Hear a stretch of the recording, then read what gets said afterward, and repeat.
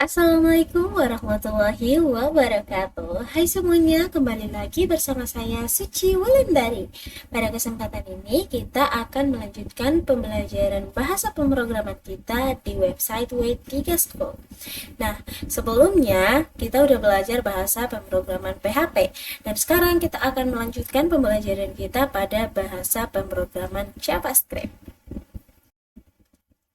Nah, jadi di sini kita akan mempelajari bahasa pemrograman JavaScript.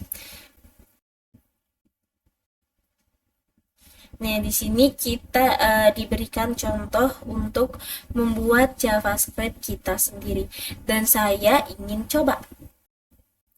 Nah, untuk mencobanya kita harus menyiapkan kode editor kita. Dan di sini saya menggunakan VS Code.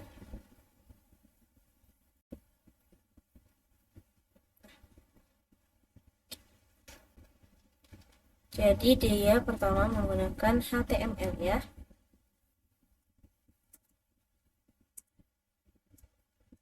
Sorry, harusnya di sini. Nah, ini kita klik aja ini. Kemudian di bagian sini kita langsung sorry.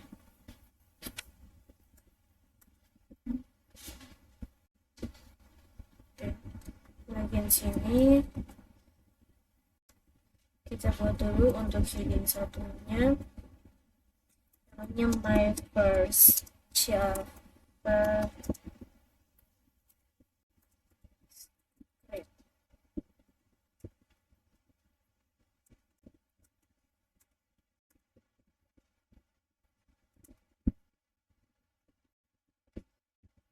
Kemudian di sini kita akan membuat button.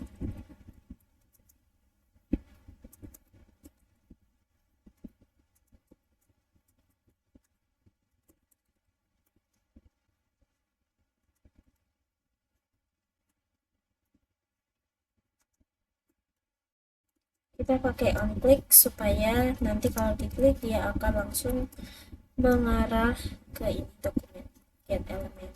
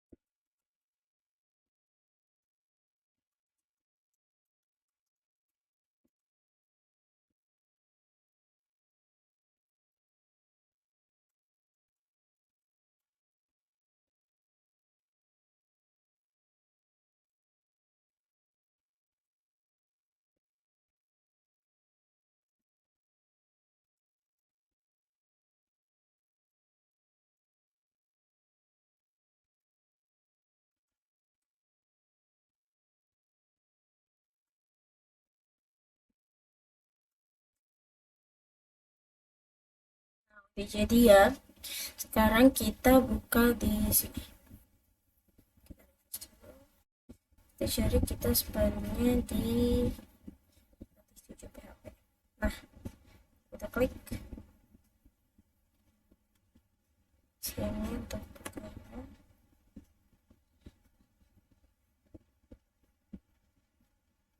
Terus berapa juga ya.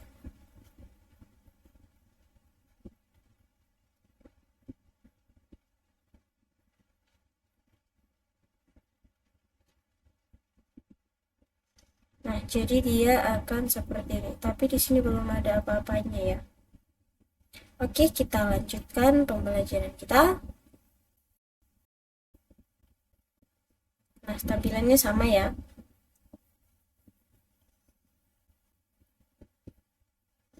Nah, ini ada katanya gunakan menu. Nah, di sini W3 School ini menyarankan kita untuk membaca tutorial ini sesuai urutan yang tertera di menu sesuai ini ya.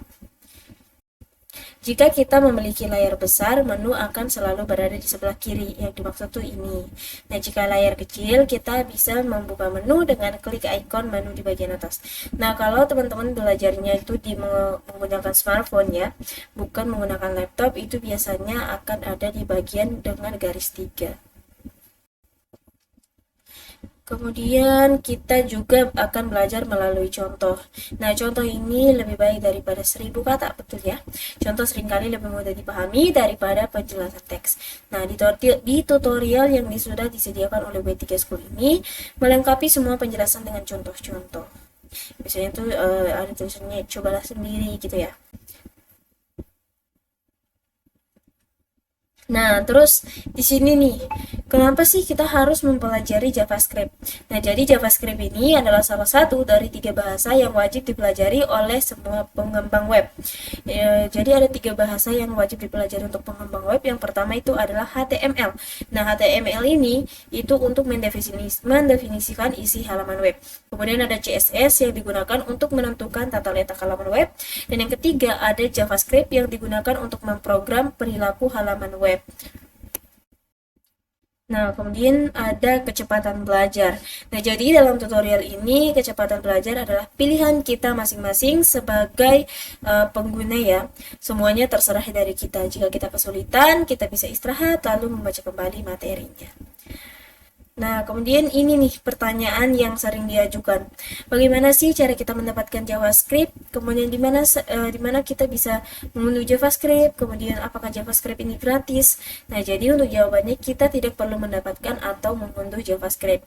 Jadi JavaScript ini sudah berjalan di browser dan juga di komputer kita seperti bisa juga di tablet atau ponsel pintar yang kita punya. Kemudian JavaScript ini juga gratis untuk digunakan oleh siapa saja.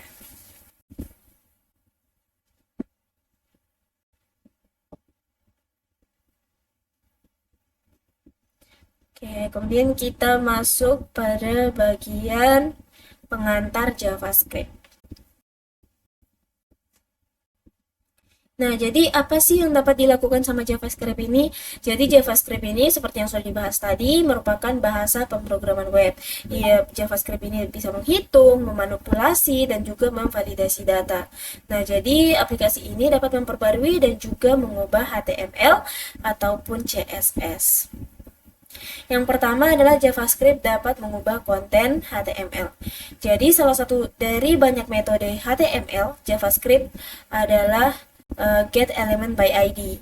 Jadi contoh di bawah ini menemukan elemen HTML dengan ID demo dan mengubah konten elemen inner menjadi hello JavaScript.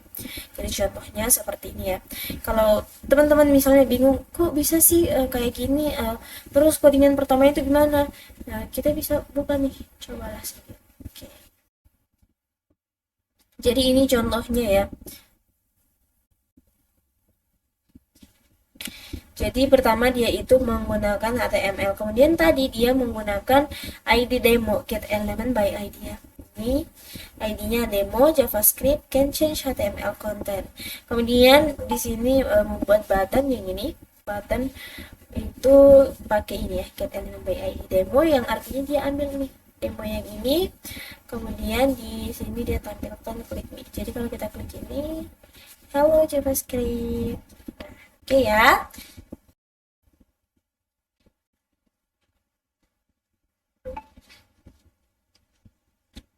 Jadi JavaScript juga ini menerima tanda kutip ganda dan juga tanda kutip tunggal.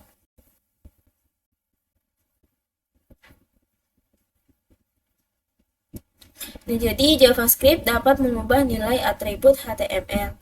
Dalam contoh ini, JavaScript mengubah nilai search, atribut search dari sebuah image. Jadi kalau kita coba ya.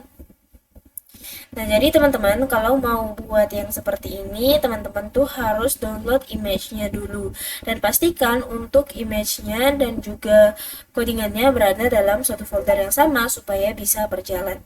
Di sini kalau kita klik, ya. Nah, dia tuh jadi nyala kayak gini.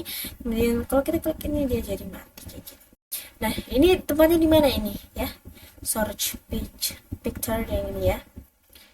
Nah, jadi kalau teman-teman ingin membuat seperti ini, harus pastikan teman-teman punya gambar lampu. Kemudian JavaScript juga dapat mengubah gaya HTML CSS. Jadi mengubah gaya elemen HTML merupakan varian dari mengubah atribut HTML. Contohnya di sini ya, dia mengubah style font size-nya menjadi 35 pixel.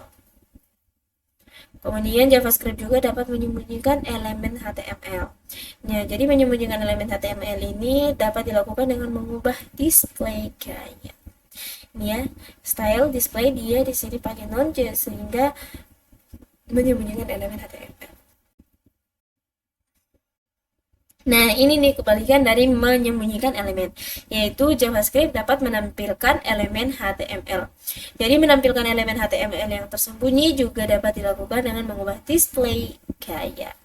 Contohnya seperti ini ya, style display tadi kan ini non ya, sekarang style displaynya jadi block. Nah, jadi ini nih yang perlu kita ketahui teman-teman. JavaScript dan Java biasanya itu kan kayak kedengaran mirip ya, ada Javanya. Namun keduanya ini adalah dua bahasa yang sangat berbeda baik dari segi konsep maupun desain. Jadi JavaScript ini diciptakan oleh Brendan Eich pada tahun 1995 dan menjadi standar ECMA pada tahun 1997. ECMA 262 adalah nama resmi standar tersebut. ECMAScript adalah nama resmi bahasanya. Nah, kalau teman-teman mau lihat versi JavaScript-nya, semua versi JavaScript, teman-teman boleh langsung klik di sini. Kita lanjut. JavaScript gimana?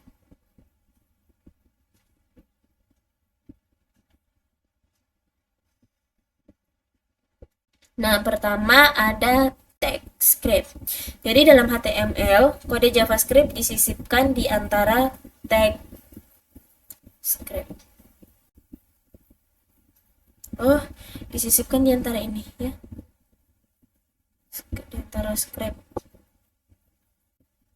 Contohnya seperti jadi ada script pembuka dan juga ada script penutup. Dan biasanya JavaScript akan diletakkan di tengah-tengah atau di antara script ini.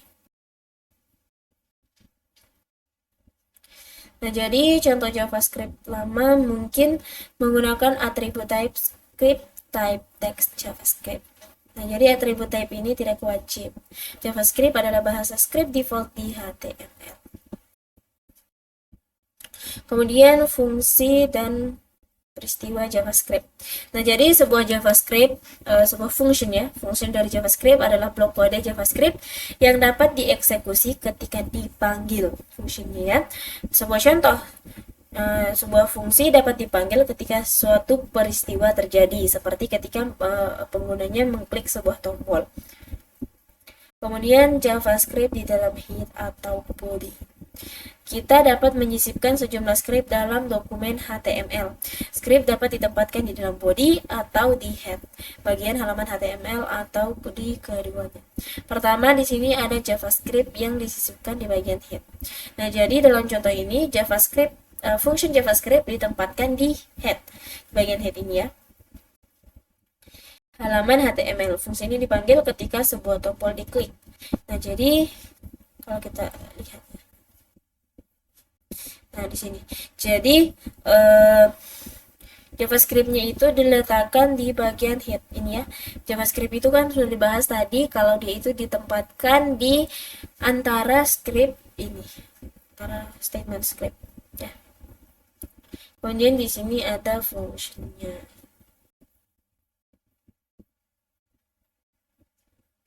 Ini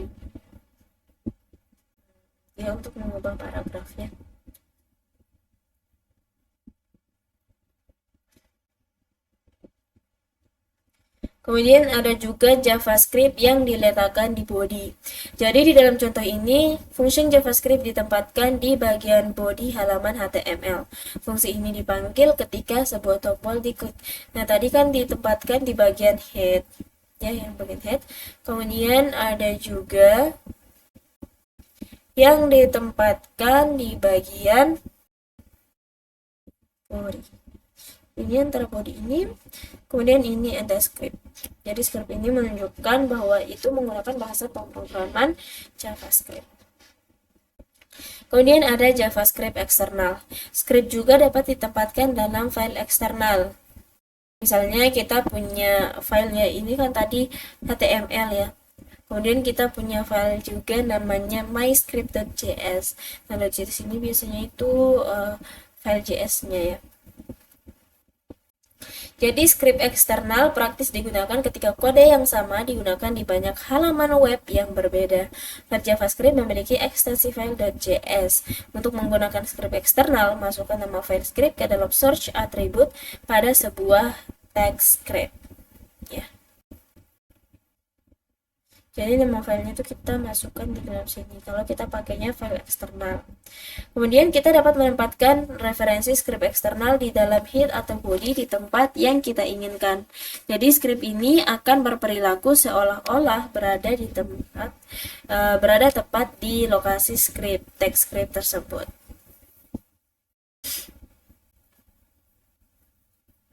Jadi script eksternal tidak boleh berisi text script. Nah, di sini ada beberapa keunggulan JavaScript eksternal. Jadi menempatkan script dalam file eksternal memiliki beberapa keunggulan. Yang pertama, itu memisahkan HTML dan juga kode. Hal ini membuat HTML dan JavaScript lebih mudah dibaca dan dipelihara. File JavaScript yang di-change dapat mempercepat pembuatan halaman. Nah, untuk menambahkan beberapa file script ke satu halaman, kita menggunakan beberapa text script. Untuk menempatkan beberapa file script dalam satu halaman. Misalnya kita buat dulu satu script yang ada di script 1.js, kemudian yang kita buat juga yang ada di script 2.js. Kemudian script eksternal dapat dirujuk dengan 3 cara berbeda. Yang pertama adalah dengan URL lengkap, alamat web lengkap. Kemudian yang kedua dengan jalur file seperti JS. Kemudian yang ketiga adalah tanpa jalur apapun. Nah, contoh yang ini itu menggunakan URL lengkap untuk menautkan ke myscript.js. Kalau yang ini menggunakan jalur file, jadi dia ini tuh artinya kalau kita ingin menggunakan file namanya myscript.js, dia itu berada di dalam satu file yang namanya file JS. Kemudian contoh yang berikutnya adalah menggunakan jalur untuk menautkan ke myscript.js. Jadi dia tidak menggunakan folder tapi langsung menggunakan file. Jadi ini yang perlu diperhatikan ya teman-teman. Kalau misalnya kita itu menyimpan, misalnya kita bikin file HTML dan juga file .js, file JavaScript. Nah, kalau kita buat file eksternal, usahakan dia itu satu folder. Nah, kalau tidak satu folder, dia harus menggunakan ini ya, jalur file atau menggunakan folder. Tapi kalau dia sudah berada dalam satu folder, itu nggak usah lagi dimasukkan nama foldernya, tapi langsung menuju ke nama filenya seperti ini. Nah, oke ya. Nah, di sini teman-temannya juga udah disiapin video tutorial JavaScript. Kemudian untuk output JavaScript. Jadi pertama di sini kita akan bahas kemungkinan tampilan JavaScript. Jadi JavaScript ini dapat menampilkan data dengan berbagai cara. Pertama, kita bisa menulis ke dalam elemen HTML menggunakan inner HTML atau inner text. Jadi kalau kita ingin tampilkan di dalam elemen HTML itu pakai inner HTML atau inner text. Kemudian untuk menuliskan ke dalam output HTML menggunakan document write. Kalau ingin menuliskan ke dalam kotak peringatan menggunakan window alert, dan menuliskan ke console browser menggunakan console log. Yang pertama adalah menggunakan inner HTML. Nah, untuk mengakses elemen HTML, kita dapat menggunakan dokumen .getElementById. Nah, metode ini kita menggunakan atribut ID tersebut untuk mengidentifikasi elemen HTML. Kemudian kita gunakan properti inner HTML untuk mengubah konten HTML dari elemen HTML. Jadi contohnya seperti ini. Dia pakai yang ini ya, element by, dia pakai inner. Jadi kalau inner HTML itu dia munculnya di bagian sini.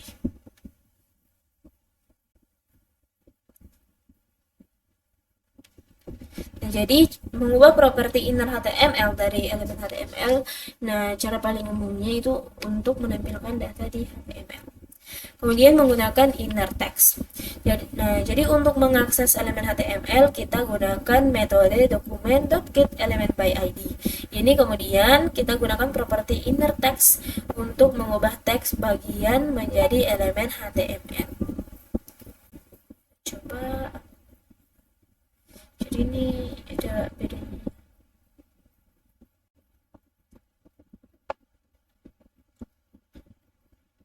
Kemudian menggunakan dokumen write. Untuk keperluan pengujian akan lebih mudah menggunakan dokumen write. Ya, seperti ini. Oke.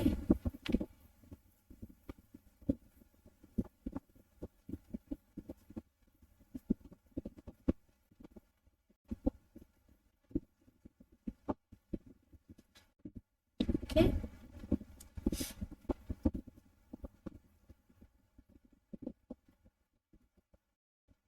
Nah, jadi ini perlu diperhatikan ya. Jadi untuk ketika menggunakan dokumen write, setelah dokumen HTML dibuat akan menghapus semua HTML yang ada.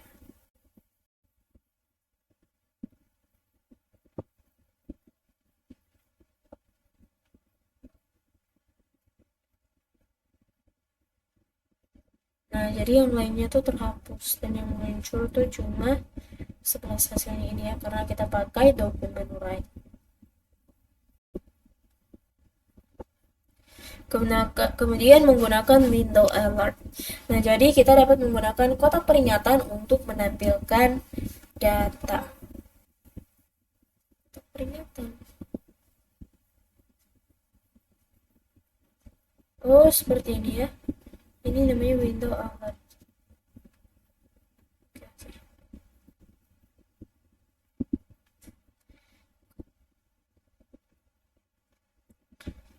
Nah, oh, kita bisa lewati ini ya. Tapi kita udah coba tadi. Nah, dalam JavaScript, objek window adalah objek dengan cakupan global. Ini berarti bahwa variabel, properti, dan metode secara default masuk ke dalam objek window. Ini juga berarti bahwa menentukan kata kunci window bersifat optional. Jadi dia itu optional. Sudah. Walaupun nggak pakai window di sini. Kemudian menggunakan console log. Nah, jadi untuk keperluan debugging, kita dapat memanggil console log, metode console log di browser untuk menampilkan data.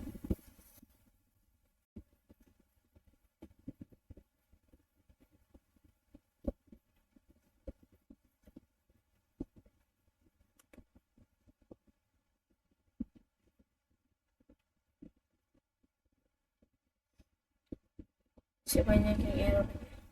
Ini hasilnya 11 ya, muncul di sini di konsol.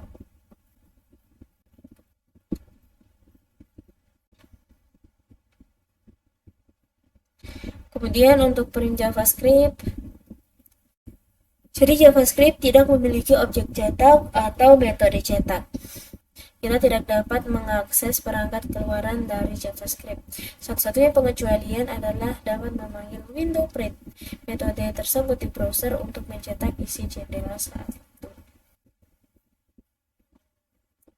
Jadi kalau kita mau print tuh pakai ini, window print. Nah, kayak gini ya. Oke.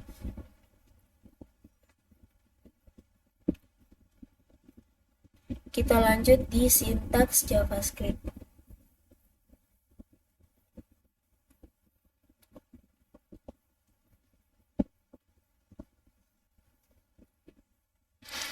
Nah, jadi sintaks ini adalah aturan bagaimana program harus dibangun. Nah, jadi di sini kalau untuk di JavaScript dia itu kalau ingin mendeklarasikan variabel dia itu pakai let. Kemudian untuk mengcompute hasilnya tuh juga pakai let ya. Kemudian untuk nilai JavaScript, sintaks JavaScript mendefinisikan dua jenis nilai. Yang pertama ada literal dan yang kedua adalah variabel, di mana literal ini merupakan nilai tetap dan variabel merupakan nilai variabel. Pertama adalah literal JavaScript. Nah, jadi aturan sintaks terpenting untuk literal atau nilai tetap adalah angka ditulis dengan atau tanpa desimal.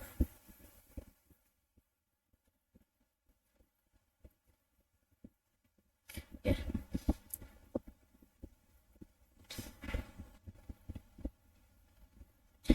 Kemudian string adalah teks yang ditulis dalam tanda kutip ganda atau tunggal. Sama seperti bahasa pemrograman lain ya. Kemudian untuk kata kunci JavaScript digunakan untuk mendefinisikan tindakan yang dilakukan. Kata kunci let dan const membuat variabel.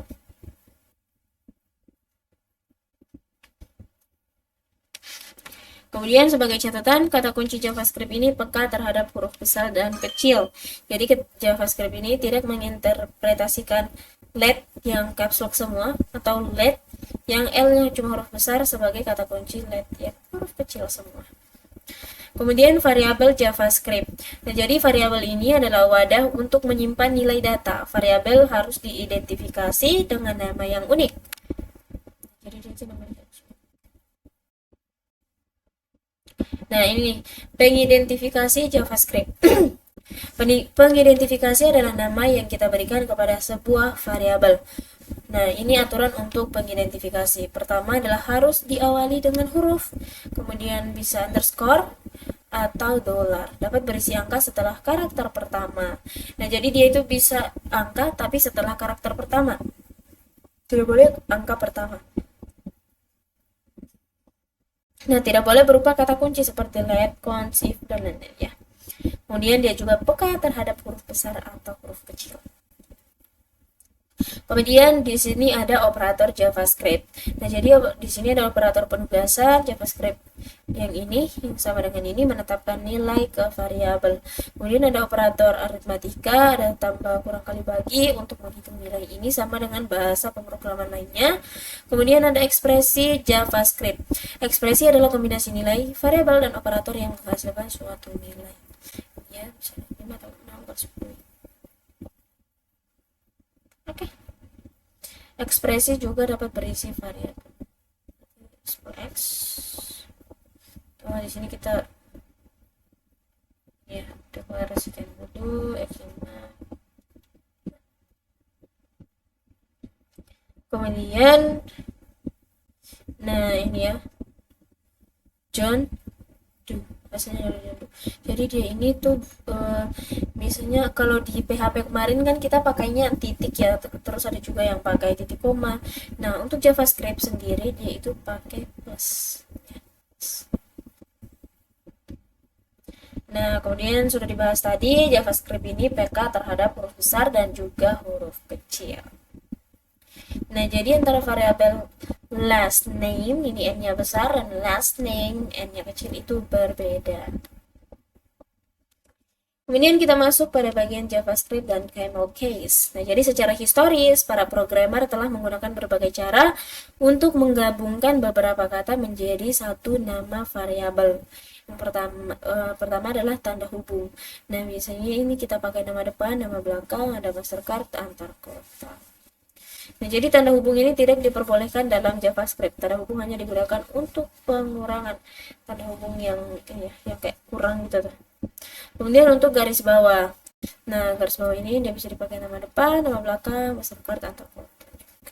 Kemudian untuk huruf kapital atau kapital unta atau Pascal case, yaitu seperti ini ya.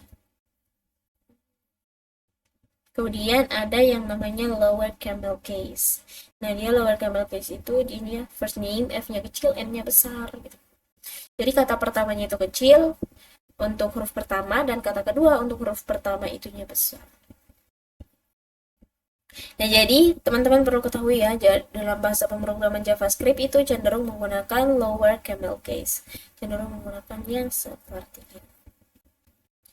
Kita lanjut bagian statement.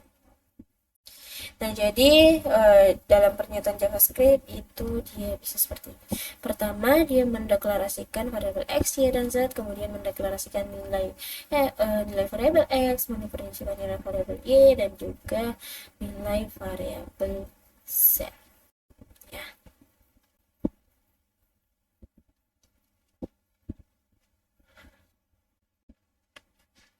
Kemudian program JavaScript. Program komputer adalah daftar instruksi yang akan dieksekusi oleh komputer. Instruksi pemrograman ini disebut pernyataan. Sebagian besar program JavaScript berisi banyak pernyataan. Pernyataan-pernyataan tersebut dieksekusi satu persatu sesuai urutan penulisannya. Sebagai catatan, dalam HTML, program JavaScript dieksekusi oleh programmer. Kemudian kita masuk bagian pernyataan JavaScript. Nah, jadi pernyataan JavaScript ini atau statement JavaScript ini terdiri dari nilai, operator, ekspresi, kata kunci, dan juga komentar.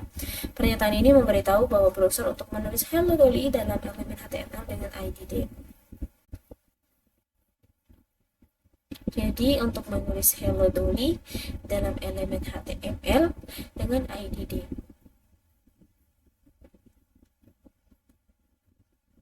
Kemudian untuk penggunaan titik komanya, jadi titik koma ini memisahkan pernyataan JavaScript. Kita dapat menggunakan titik koma di akhir setiap pernyataan yang dapat dieksekusi. Sama ya kayak bahasa pemrograman lain.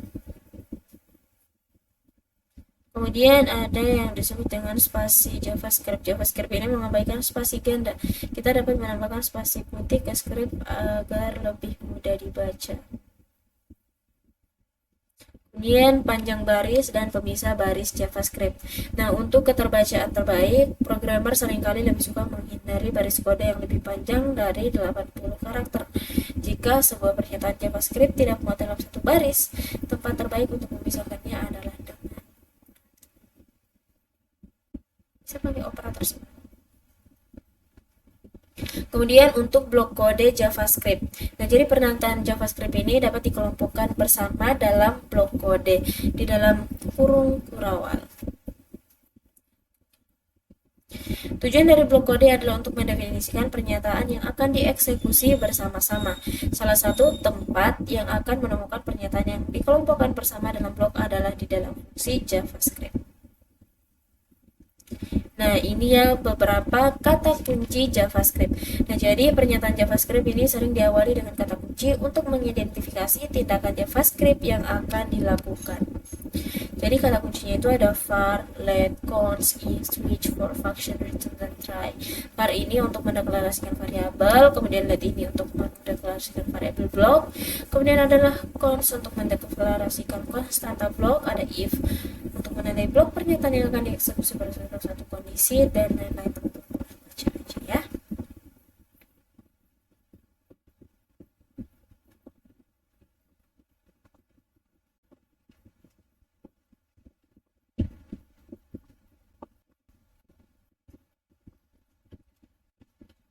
Kemudian ada komentar JavaScript.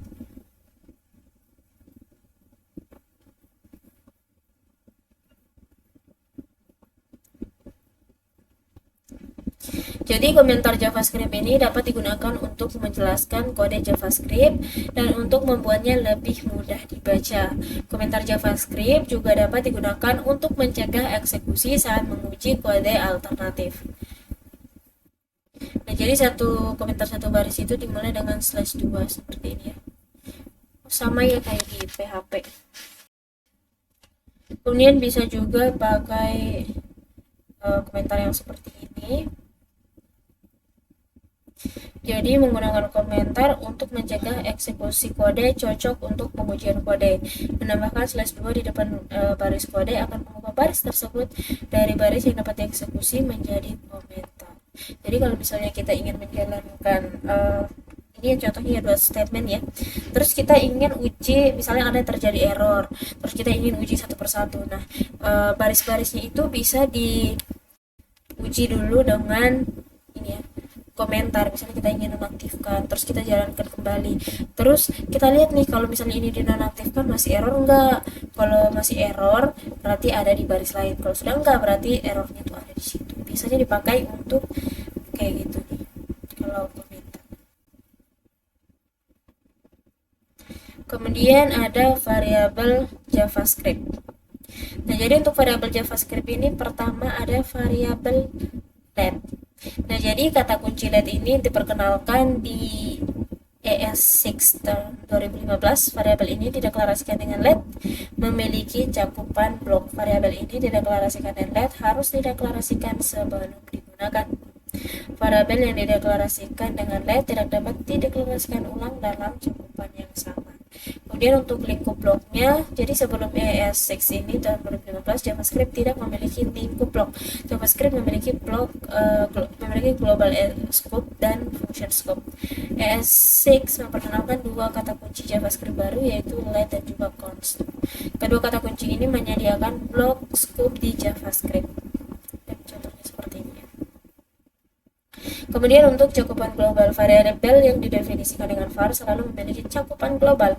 Variabel yang dideklarasikan dengan var, kata kunci var tidak dapat memiliki cakupan blok. Jadi var itu dia untuk global, sedangkan let itu biasanya untuk di dalam blok.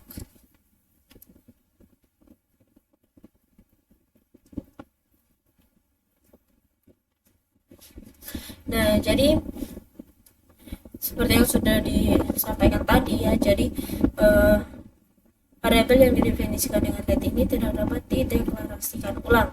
Jadi kita tidak dapat secara tidak sengaja mendeklarasikan ulang variabel yang dideklarasikan dengan let. Jadi kalau misalnya kita udah mendeklarasikan sebuah variabel dengan let, contohnya seperti ini. Misalnya let x pertama kita masukkan itu nilainya string yaitu jando. Kemudian kedua kita mau masukkan lagi variabel x tapi kita pakai lagi let. Nah, di sini kita masukkan nilainya itu integer. Itu udah nggak boleh ya teman-teman, karena dia menggunakan let terus variabelnya sama. Boleh kalau variabelnya diganti jadi y. Jadi variabel yang didefinisikan dengan var dapat dideklarasikan ulang. Nah, ini boleh. Kalau misalnya kita pakai var, ya dia itu bisa dideklarasikan ulang, tapi kalau let itu nggak boleh. Nah, contohnya di sini ya, mendeklarasikan ulang variabel. Nah, jadi pertama kan di sini dia udah deklarasikan bahwa variabel x ini nilainya 10. Tapi kemudian dia menggantinya variabel x ini menjadi 2. Maka yang akan muncul di sini tuh karena sudah dideklarasikan.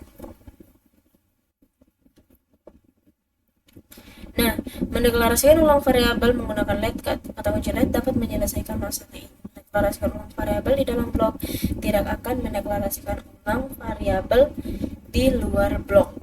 Kita baca dulu. Mendeklarasikan ulang variabel di dalam blok, ini blok ya, tidak akan mendeklarasikan ulang variabel di luar blok.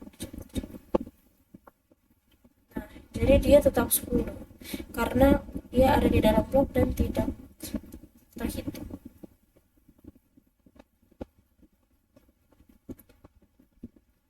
Nah, di sini ada perbedaan antara var, let, dan juga const.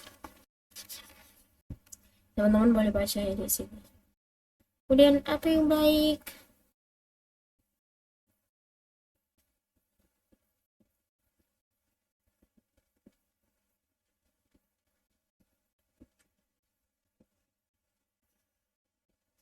Jadi kata kunci let dan const tidak didukung di Internet Explorer 11 atau versi sebelumnya.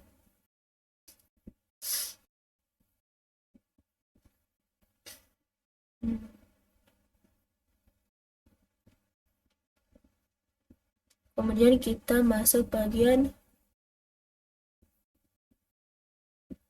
konstanta JavaScript. Nah, jadi kata kunci untuk konstanta JavaScript ini adalah const, diperkenalkan di ES6 2015. Sama ya kayak const, ya cocok. Karena mereka diperkenalkan bersamaan ya tadi, kalau salah baca. Kemudian variabel yang didefinisikan dengan const tidak dapat dideklarasikan ulang. Jadi sama kayak let, variabel yang didefinisikan dengan const tidak dapat ditetapkan ulang, dan variabel yang didefinisikan dengan const memiliki cakupan blok. Jadi dia tuh kurang lebih sama kayak let. Nah, di sini variabel yang didefinisikan dengan const, kata kunci const tidak dapat ditetapkan ulang.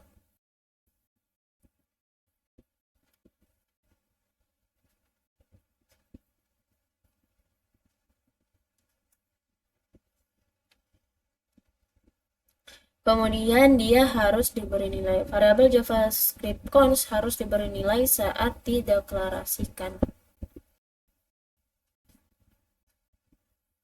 Nah, jadi dia itu harus diberikan nilai saat dideklarasikannya seperti ini. Tidak boleh nih kayak gini ya. Kemudian kapan sih kita menggunakan JavaScript const? Nah, jadi selalu deklarasikan variabel dengan const jika kita tahu bahwa nilainya tidak boleh berubah. Gunakan const saat kita menyatakan array baru, kemudian objek baru, fungsi baru, ataupun ekspresi reguler baru. Kemudian objek konstan dan array. Kata kunci const agak menyesatkan. Ini tidak mendefinisikan nilai konstan, ini mendefinisikan referensi konstan ke suatu nilai. Oleh karena itu, kita tidak dapat tetapkan ulang nilai konstanta, tetapkan ulang array konstanta, maupun menetapkan ulang objek konstanta. Namun kita bisa mengubah elemen-elemen array konstanta dan juga mengubah properti objek konstanta. Di sini ada array konstan. Nah, jadi kita dapat mengubah elemen-elemen array konstan. Kita bisa mengubah elemen-elemen array-nya. Tetapi tidak dapat menetapkan ulang array-nya. Kalau mengubah boleh, tapi kalau menetapkan ulang nggak boleh. Kemudian objek konstan, kita dapat mengubah objek properti objek konstan.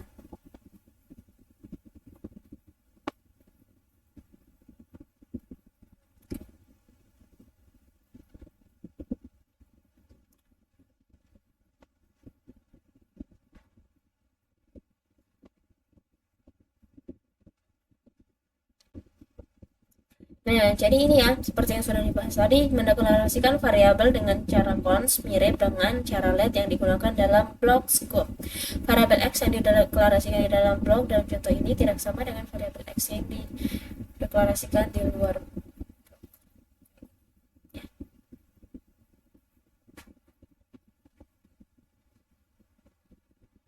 Sama ya tadi. Kemudian tipe JavaScript. Nah, jadi JavaScript ini memiliki 8 tipe data. Yang pertama ada string, kemudian ada integer,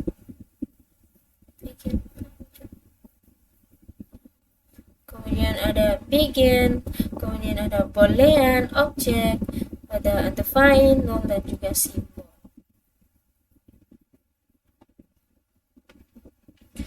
Untuk deskripsinya teman-teman boleh langsung dibaca aja.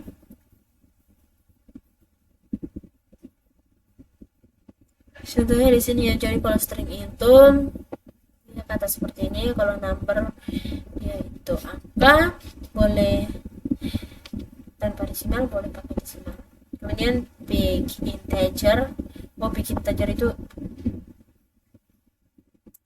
biasanya ini tuh kayak nilai pi atau nilai yang banyak koma-komanya, nilai yang sudah ditetapkan. Kemudian boolean seperti yang kita udah tahu, true dan false. Kemudian ada objek, kemudian ada array objek ya.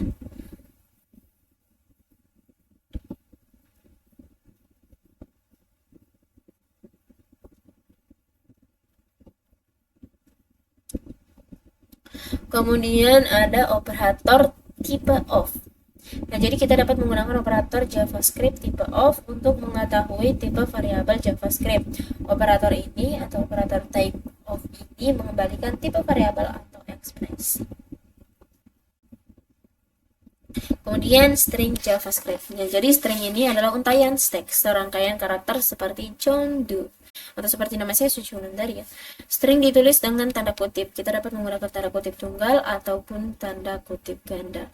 Kita dapat menggunakan tanda kutip di dalam sebuah string asalkan tanda kutip tersebut tidak sama dengan tanda kutip yang mengelilingi string tersebut. Nah, jadi kalau misalnya sebelumnya kita udah pakai tanda kutip ganda, kemudian di dalam tanda kutip itu kita mau pakai lagi tanda kutip, jadi itu harus pakai tanda kutip tunggal. Contohnya seperti itu.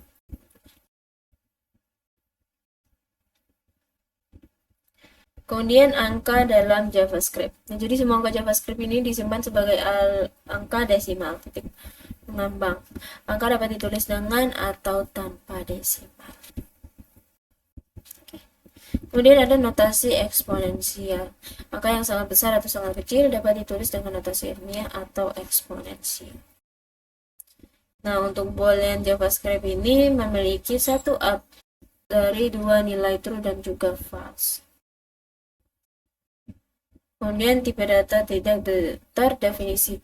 Nah, jadi dalam program komputer, variabel sering dideklarasikan tanpa nilai. Nilainya bisa berupa sesuatu yang harus dihitung atau sesuatu yang akan diberikan nanti, seperti input pengguna. Dan di sini ada nol juga. Sekarang kita masuk bagian operator.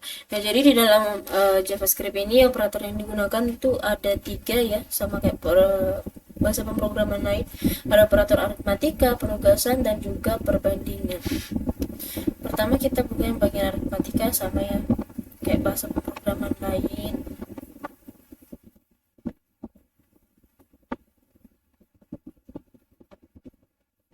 Sama ya untuk operator aritmatika. Kemudian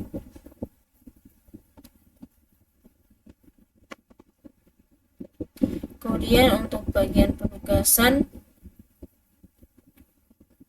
ini juga sama kayak operator di bahasa pemrograman lain atau sama kayak PHP juga. Jadi sama dengan ini X sama dengan Y atau X tambah XY gitu ya. Nah, kemudian untuk penugasan logikanya itu ada true, false, sama null. Nah, di sini bisa juga dibahas satu persatu ya. Cuma ini rasanya terlalu. Kemudian ada operator perbandingan. Ya, jadi perbandingan ini hampir sama juga ya. Sama malahnya. Kayaknya di semua bahasa pemrograman untuk operator perbandingan itu sama. Cuma ini saya melihat nih, equal value dan equal type. Oh, jadi nilainya tuh sama, kayak variabelnya juga sama. Kemudian kondisi if.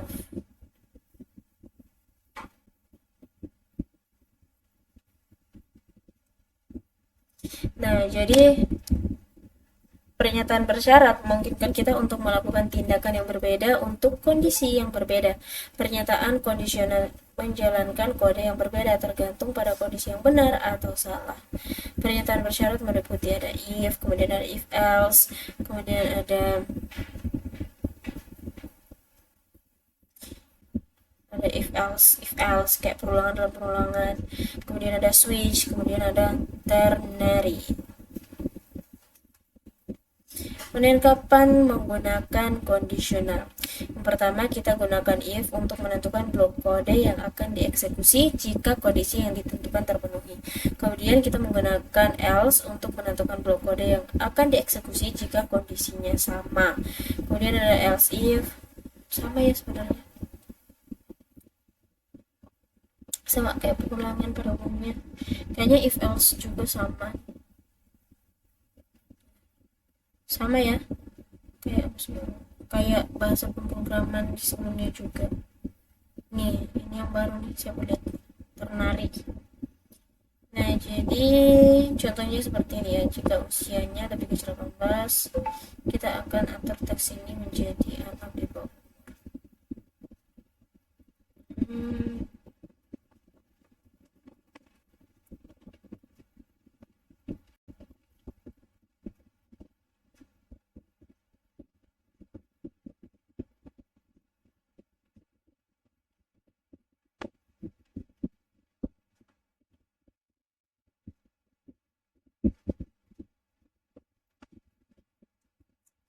Kemudian operator kondisional adalah singkatan untuk menulis if else.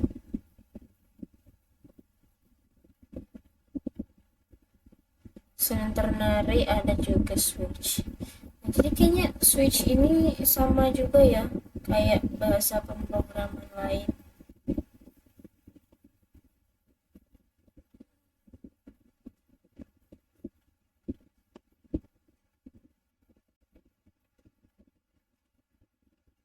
Kemudian ada booleans.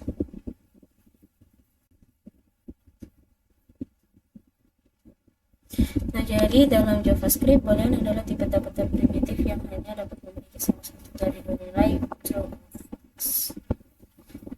Kemudian logika JavaScript. Nah, operator logika yang digunakan itu ada and, or, dan juga not. Sama ya, kayak bahasa pemrograman.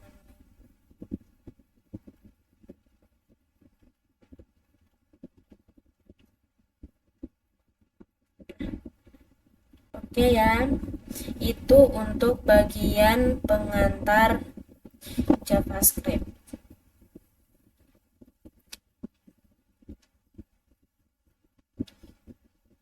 Nah, jadi teman-teman itu cukup ya untuk bagian pengantar atau bagian basic JavaScript-nya.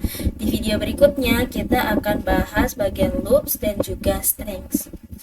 Oke, saya Suci Wulandari, pamit undur diri mengucapkan wassalamualaikum warahmatullahi wabarakatuh. Sampai jumpa di video selanjutnya.